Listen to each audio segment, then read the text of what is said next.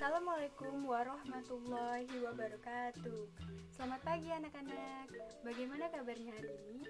Semoga semua selalu dalam keadaan sehat walafiat ya. Coba, siapa yang udah sarapan? Angkat tangannya. Wah, hebat. Nah, sebelum pembelajaran kita mulai, jangan lupa biasakan sarapan terlebih dahulu ya, supaya kita bisa mengikuti pembelajaran dengan lebih konsentrasi.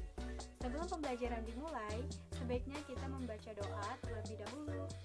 Berdoa dimulai. Berdoa selesai. Nah, kalau anak-anakku sudah siap, mari kita mulai dengan membaca basmalah bersama-sama. Wahid, Isnain, Salas. Bismillahirrohmanirrohim. Nah, mantap.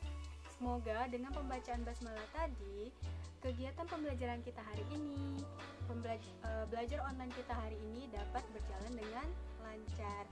Amin, Allahumma amin. Yuk, kita masuk ke materinya.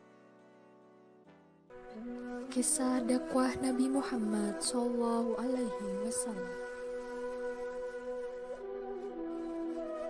Nabi Muhammad lahir pada tanggal 12 Rabiul Awal, atau yang dikenal dengan sebutan Tahun Gajah.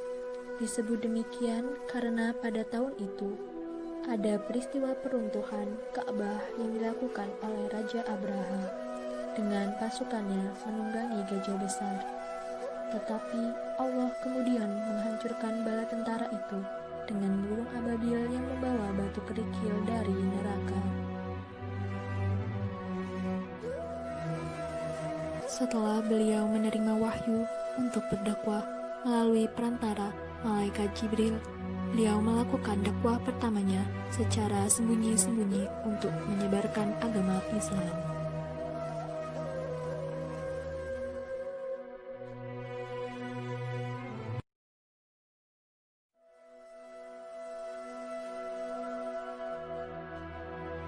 Nabi Muhammad SAW pertama kali melakukan dakwahnya secara sembunyi-sembunyi. Beliau berdakwah kepada istrinya, yaitu Khadijah.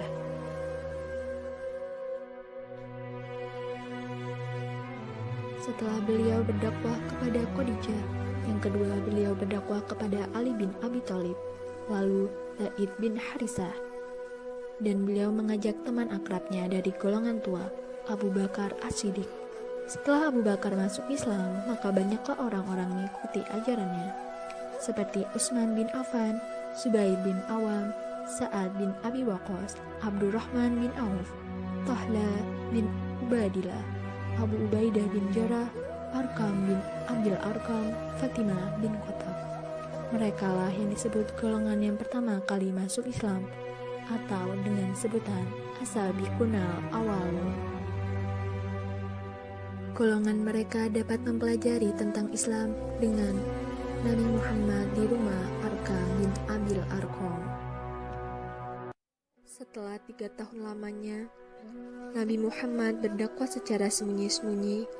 Kini datanglah perintah untuk berdakwah secara terang-terangan. Namun, sebagaimana nabi-nabi dan rasul lainnya, ajakannya ditolak oleh sebagian besar kaumnya. Hanya sedikit yang mula-mula menerima ajakan beliau. Walaupun demikian, beliau tetap bersabar dan terus melakukan dakwah dengan bijaksana. Orang-orang kafir mulai jengkel. Mereka meminta Abu Thalib untuk menyuruh beliau menghentikan dakwahnya. Tetapi hal itu dijawab oleh beliau. Demi Allah, wahai paman, jika sekiranya mereka mampu meletakkan matahari di tangan kananku dan bulan di tangan kiriku, dengan maksud agar aku menghentikan pekerjaan ini, sehingga agama ini tersiar ke seluruh permukaan bumi, atau aku akan binasa karenanya. Namun aku tidak akan menghentikannya. Perkataan dari Rasulullah. Mendengar tekad keponakannya yang membaja ini, Abu Thalib berkata, "Pergilah dan katakanlah apa yang kamu kehendaki. Demi Allah, aku tidak akan menyerahkan kamu karena suatu alasan pun selamanya." Melihat Rasulullah tetap melaksanakan dakwah secara terang-terangan tersebut, banyak kaum kafir yang marah dan jengkel terhadap beliau, sehingga kaum kafir menganiaya beliau.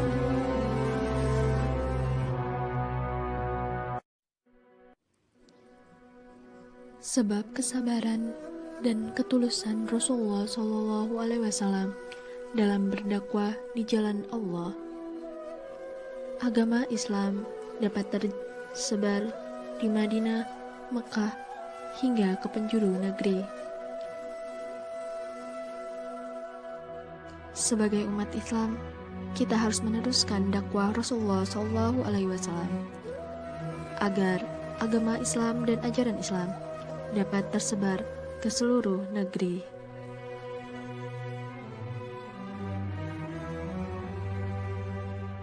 Nah, anak-anak sudah menonton kan tentang animasi dakwah Nabi Muhammad SAW. Nah, selanjutnya bagaimana ketabahan Nabi Muhammad SAW dalam berdakwah? Yang pertama, beliau selalu tabah dalam menjalankan perintah Allah untuk berdakwah meskipun banyak tantangan, beliau tetap melaksanakan dakwahnya. Yang kedua, beliau selalu tabah dalam menjauhi larangan Allah Subhanahu wa taala. Yang ketiga, beliau selalu tabah dalam menghadapi musibah dan kesulitan dan tidak pernah gentar dalam berdakwah. Nah, apa yang dapat kita teladani dari kepribadian Nabi Muhammad SAW? Yang pertama, santun dalam berbicara. Yang kedua, santun dalam perbuatan. Yang ketiga, santun dalam pengambilan keputusan.